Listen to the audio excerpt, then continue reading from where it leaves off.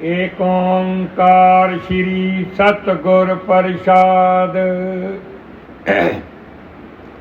मेरी वाको बंदना परमन जाके पोए। ग्रहण त्यागन जास में राग द्वेषन होए। सतगुर कृपा कीजिए कृपा ते सुख होए। जय पर कृपा होत है।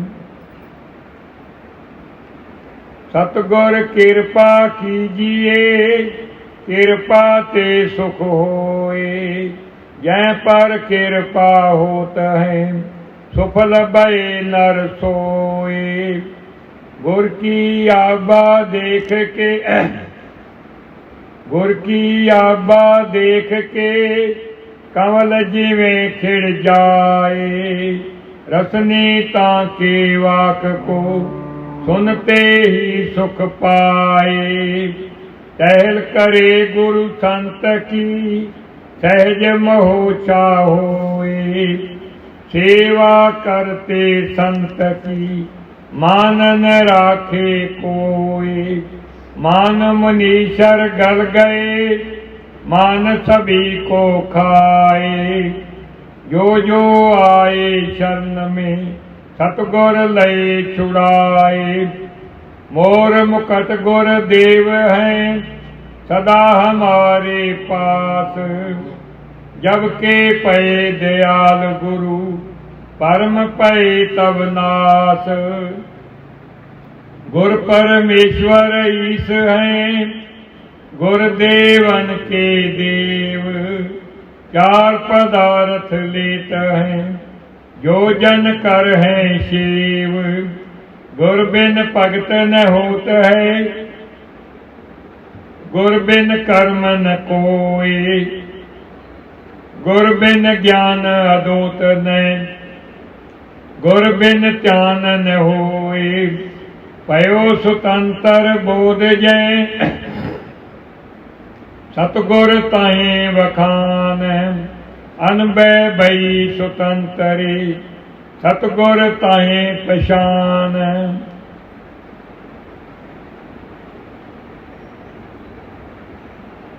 देह की मनौत छाड़ चारों साधन चमन है। परमात्मा को पाने के चार साधन हैं। जीवन के किसी भी कार्य को हम करना चाहते हैं तो साधन के बिना नहीं हो पाता है। ये चारों साधन चमन है जगत खिड़ी गुलजार। चार साधन जो है चमन है और जगत रूपी गुलजार उसमें खिली हुई है। और हम सब इस बगीचे के अंदर सैर करने के लिए आए हुए हैं। चारों साधन चमन है जगत खिड़ी गुलजार। जिसको बोध प्रकाश है सैर करे संसार। जिसको बोध अपने स्वरूप का ज्ञान हो गया है जिसे परमात्मा का ज्ञान हो गया है। समझो इस गुलशन के अंदर इस बगीचे उपवन के अंदर संसार रूपी बाग के अंदर वही सैर करता है। दूसरे नहीं कर सकते। क्यों न परमात्मा को पा लिया जाए और आनंद से जीवन व्यतीत किया जाए। इस उपवन के अंदर सैर करके अपना दिव्य जीवन व्यतीत किया जाए। गंधर्व नगर के राजा के मन में संकल्प आया क्यों ने एक ऐसा तालाब बनाया जाए जो मेरे गंधर्व नगर के अंदर आकाश गंगा बहती है उसका पानी जिस लेवल पर आता है उससे नीचे तालाब जलाशय बना दिया जाए।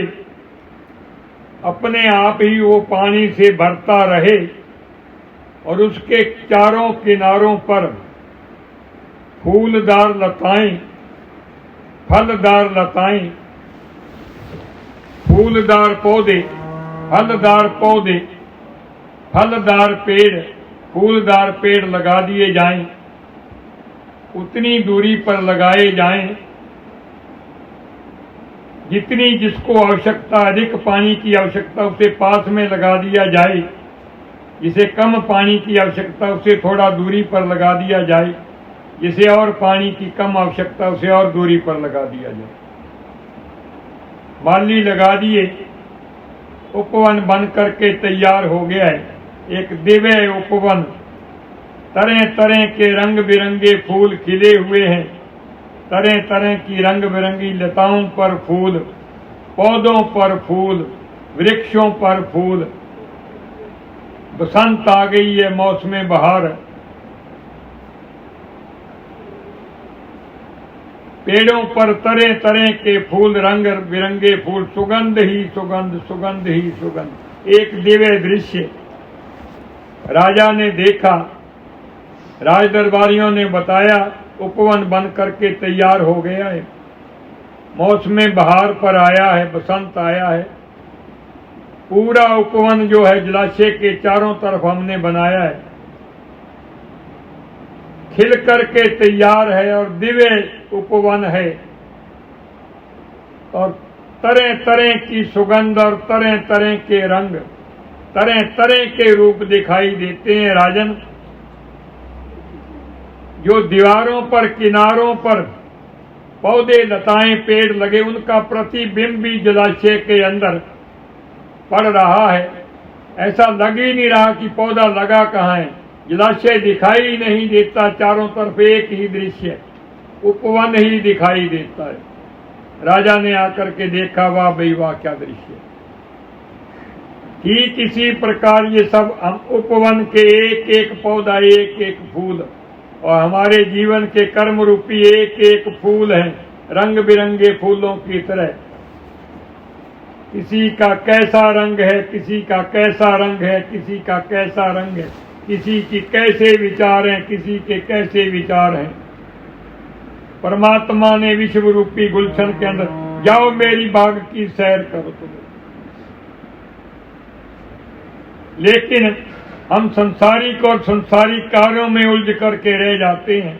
विचार का विषय, क्यों न परमात्मा ने विश्व रूपी उपवन बनाया है, इसकी सैर करें, तरह तरह के फूलों की सुगंध लेते हुए अपना दिव्य जीवन क्यों न व्यतीत करें। परत पर सबके साथ मिलजुल करके प्रेम में जीवन हो, आनंद में जीवन हो, मन में शांति हो, परमात्मा मिलन हो और हमारा समाज दिव्य हो। सतगुरु गुलाबदेव जी ने भंवरे और भूंड का दृष्टांत दिया है। भंवरा बाग की सैर के लिए जा रहा था, चलते चलते उसने रास्ते में क्या देखा, एक मेरी ही शक्ल का, मेरे जैसा ही काले रंग का एक भूंड है, जो गोबर की गोलियां बना करके, उनको गोलियां बना करके खेल रहा है। उसने देखा, ये तो मेरा भाई है। उसने कहा, है भाई है दोस्त, छोड़ इस गोबर की विस्टे की गोलियों को, चल तुझे गुलशन की सैर कराता हूं, बाग की सैर करा, चल मेरे साथ। बात मान गया उसकी, चल दिया साथ में। चलते चलते बाग में पहुंचे। भंवर तो तरह तरह के फूलों की सुगंध लेकर के आगे से आगे से आगे निकलता चला गया, वापिस अपने घर आ गया और भूंड जाते ही कंवल फूल पर बैठ गया, वहीं सुगंध में लीन रहा, बैठा रहा। कंवल फूल सूर्य के चढ़ने से खिलता है और सूर्य के छिप जाने से बंद हो जाता है। भूंड उसमें ही बंद हो गया, लीन हो गया, वहीं रह गया। यही स्थिति हर मनुष्य की है। भंवर प्रवृत्ति मनुष्य की होनी चाहिए। तरह तरह के रंग रूपों को देखना, सबसे मिलजुल करके चलना, तरह तरह की सुगंध लेते हुए आनंद में अपने घर में, परिवार में, बच्चों में जीवन अच्छे ढंग से व्यतीत करना, परमात्मा का सिमरन करना। परमात्मा ने जब कुंभी नरक में उल्टा लटकता है, हे भगवान, हे परमात्मा, मुझे इस नरक से निकालो, इस नरक से निकालो, जीवन भर मैं तुम्हारी तपस्या और सिमरन करता रहूंगा, करता रहूंगा, करता रहूंगा। जीवन के हर कार्य को युक्ति युक्त ढंग से करना चाहता है, केवल यही कार्य भूल जाता है कि भगवान से मैं वादा करके मातलोक पर किस कार्य के लिए आया हूं, क्या वादा करके आया हूं, उसे भूल जाता है। अविचार का विषय, देह की मनौत छाड़ दे हाड़ मास। तो मनुष्य क्या करता है, क्यों वह चंदन लाए कर श्रृंगार बनावे, पगड़ी बांधे अटपटी लख सुरमा पावे, वह फिरत बीच बाजार दे पग पनी अड़ावे, सिर पर कालन सूझदा थुक मोढ़ी पावे। मनुष्य टांग अड़ाता है, व्यर्थ में जीवन निंदा करवा के संसार से चला जाता है। महापुरुषों की बात, सतगुरु की बात सुन करके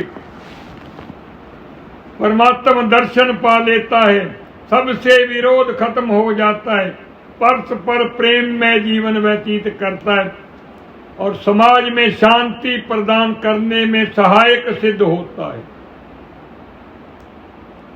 सबका एक दूसरे में विरोध किस लिए है, सबके हमारे विचार अलग अलग हैं। अगर सबके परमात्मा में विचार हो जाएं, देव प्रवृत्ति हम सबकी हो जाए, विचार का विषय विचार करके देखें कैसा समाज होगा, सर्वश्रेष्ठ समाज हमारा ही होगा। सतगुरु ने कहा, हे मनुष्य, तरह तरह के वस्त्र पहन करके मैं बहुत सुंदर हूं, मैं बहुत सुंदर हूं, मैं बहुत सुंदर हूं।